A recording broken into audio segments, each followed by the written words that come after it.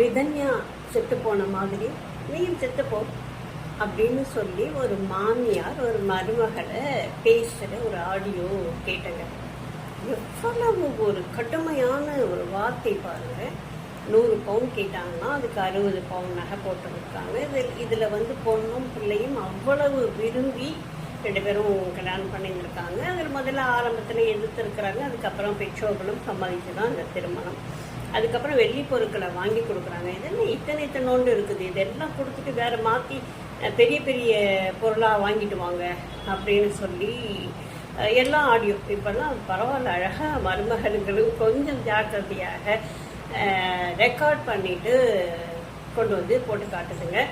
அதே மாதிரி ரிதன்யாவும் சாகும்போது பேசிட்டு போயிடுவோம் அப்படின்னு நினைக்காம எல்லாத்தையும் வீடியோ பேசி அனுப்பிச்சு பாருங்க. அங்கே நிற்கிது அந்த பொண்ணு.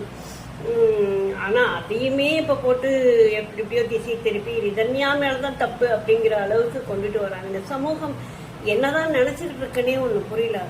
சாகும் தருவாயில் இருக்கிற ஒரு பொண்ணு கொடுக்கிற மரண வாக்கு மூலம் அது எப்படி தப்புன்னு நம்ம சொல்ல முடியும்? இப்படிப்பட்ட சமூகத்துல வாழ்ந்துட்டு இருக்கிறதுனாலதான் மாமியார்களுக்கு இத்தனை தைரியம் வருகிறது அப்படின்னு நான் நினைக்கிறேன்.